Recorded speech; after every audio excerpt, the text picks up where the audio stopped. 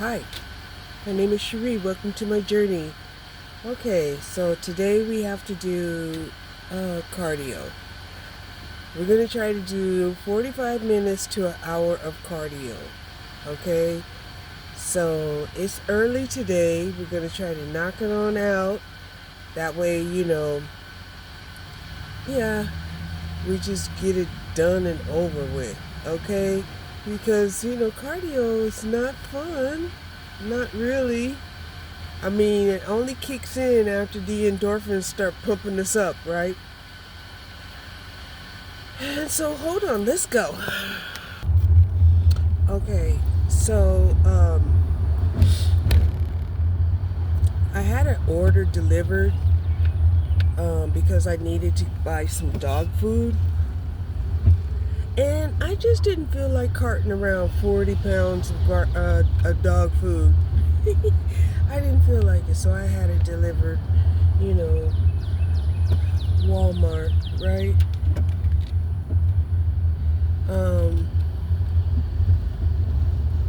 And so we're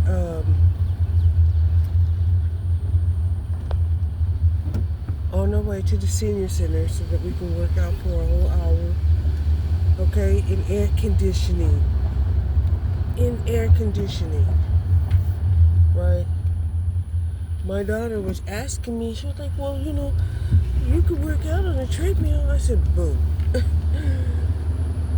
It's already rough enough to have to work out. But it's miserable when you have to work out and it's 80 degrees at 8:45 in the morning. And it just gets hotter from there. Okay?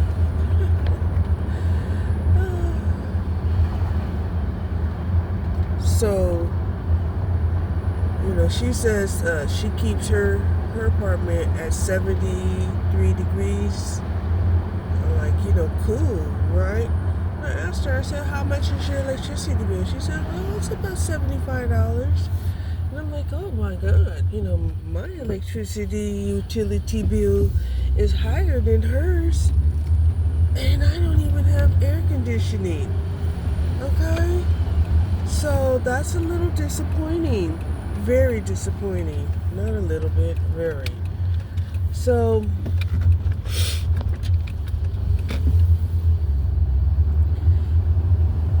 yeah. It's very disappointing. Oh wow, somebody got a boot on their tire. Shoot. They better learn to change the tire. They better learn to change that tire.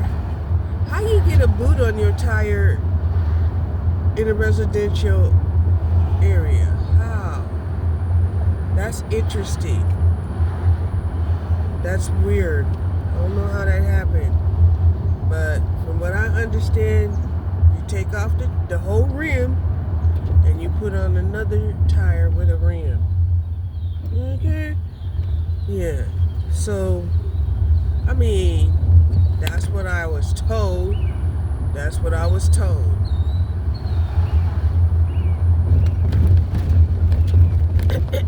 So,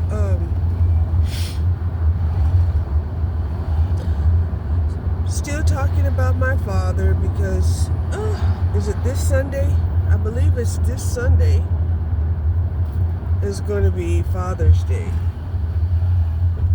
Yeah, I believe it's this Sunday. It's going to be Father's Day. And, I have, conflicting emotions, right? Well-deserved conflicting emotions. Like I said, my father, on one hand, he was awesome. On the other hand, he was totally diabolical. All right? I mean, the worst. Right? And, the sad part about it is, he demanded complete loyalty, right? Had a lot of emotional power. And like I said, people don't seem to understand emotional power. It's a power that's unseen but felt. It's a little bit different than sentient. Okay, it's different. Emotional power is directed in a specific emotion. Sentient, it can be directed in all of your senses. Okay? Now, getting back to my dad. So, I said, my dad did a lot of things, made a lot of money, also, whatever money he made, it never was enough. It never was enough. And sadly, he died broke and alone. Okay? So,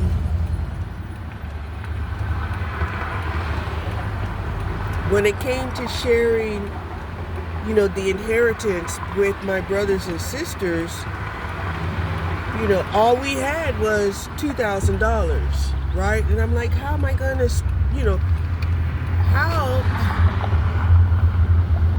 how is this gonna be worthy, to give to, my 5 siblings, right? So I have made an investment, right, and added $500, to the pot, and basically gave my brothers and sisters, $500 each as an inheritance from our father, right? Basically to honor him, all right? But listen, technically, I really didn't have to, right? Technically. Why did I do it? Well, I really thought it should have sent a message. Even though some people are like, $500, that ain't nothing. That's the message. The message is, you fuck around, you F-A and F-O, squandering your pearls among swine, you'll find out that, you'll die broke, right? You'll have no inheritance to give to, your children, right? And this is one of the things and one of my main reasons why I feel like men should never, be cruel to their baby mamas, even if their relationship doesn't work out. Okay? Because number one, she is probably still, they'll always be attached to the mother.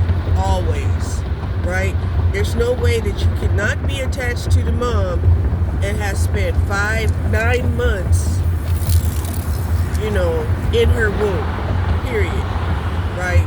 And who knows, if you're one of those kids that got breastfed, yeah, that's another year or 2. I mean, some babies, they got breastfed until they was 5 years old. Damn, right? Was that really logical? Nah, I think that was the men being cheap, not wanting to buy the kids no food. Right? And I know you guys are like, no, men are providers. No, men aren't providers. Well, they'll provide as long as you don't need much. Right? That's why when they look at a woman, they size them up. They size up their whole maintenance routine. Does she get her nails done? Is she wearing designer clothes? Does she get her hair done? Is her makeup flawless, and is she wearing designer makeup? Because they got designer makeup out there, right? They size a woman up based off of her size, right? How much accommodations, do they need to make for this woman? And let me tell you something. Even me as a woman, I had did that, okay? I had did that because, me being a big body, I'm also paying attention to other big bodies, right? Some of them were basketball players. Some of them were football players. I preferred the basketball players over the football players. I didn't even mess around with the baseball players because to me that shit ain't nothing but a social club. Where they sitting up there every night going out there to the ball field,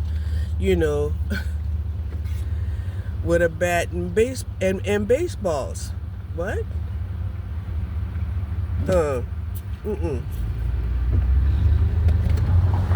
Anyway, so I remember when I had a huge crush on a basketball player. This dude was like 7'2", right? And my whole thought was, oh my gosh, this guy needs custom clothes, a custom bed. He needs 9 feet minimum ceilings in the house.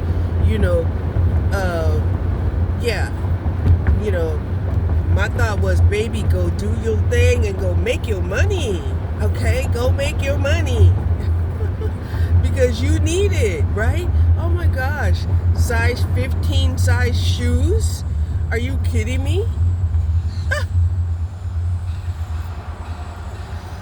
Right? So even women will, assess, how much it would cost, on the maintenance of a man. And that's exactly what I was doing when I thought like that. I was, from the bed to the clothing to the shoes and the food. Please, how much does it cost to feed?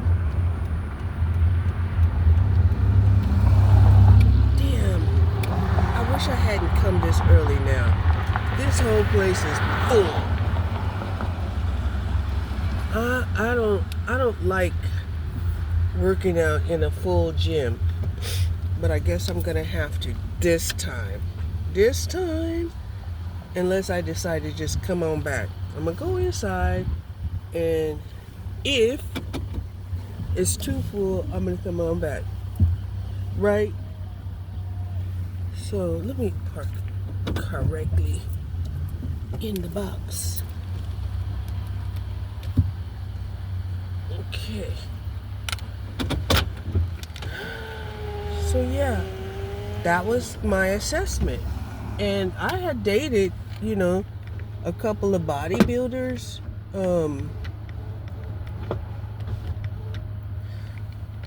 Some dudes that, even bodybuilders. I mean, you're talking about, they had special diets. They had to spend hours and hours working out,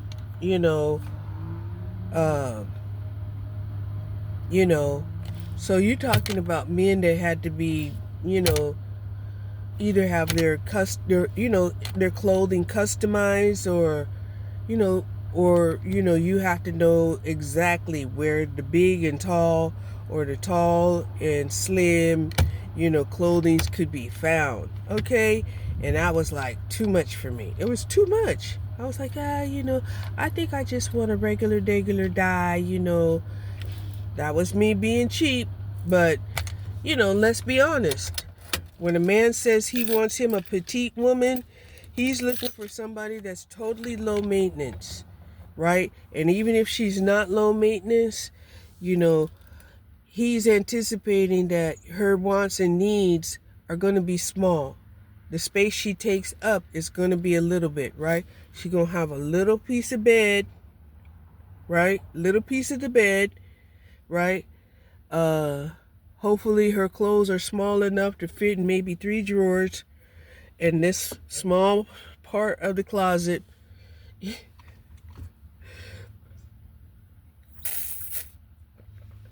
And that she don't eat that much, right? Even if she's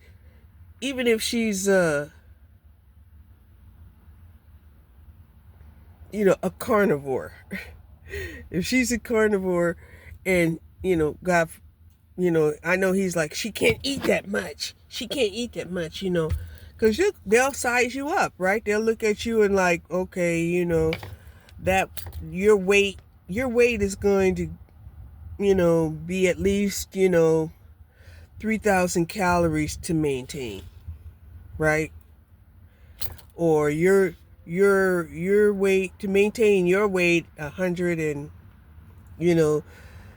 10, 20 pounds, what is that? Maximum 1,500 calories, right? So we all know that that's the average woman.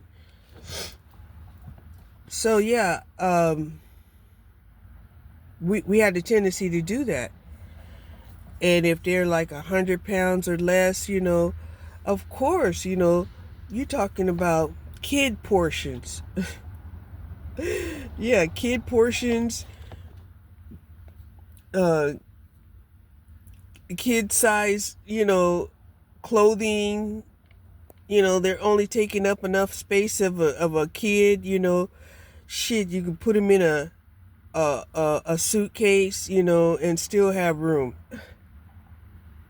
No, I could not be stuffed into a suitcase. I could not.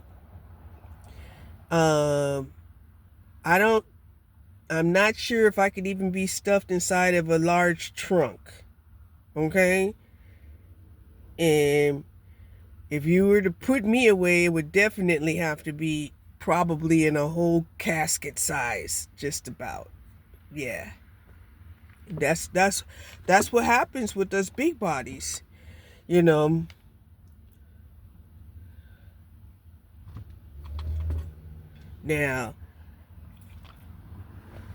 that ain't saying nothing to a man who knows how to break down a body, right? When you know how to break down a body, you cut it, you quarter it off, you chop it up like you were chopping up a piece of chicken and spread all the pieces around the globe. Got a little weird there, didn't I? Yeah. I sure hate that there are so many cars here right now. But let's go in. Maybe they're going into different, sports activities rather than me just assuming they're all in the weight room.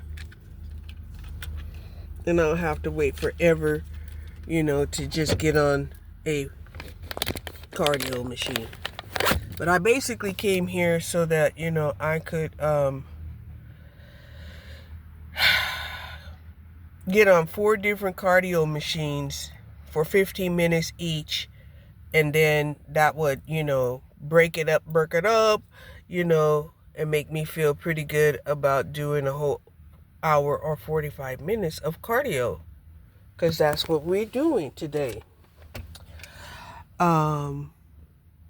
Yeah.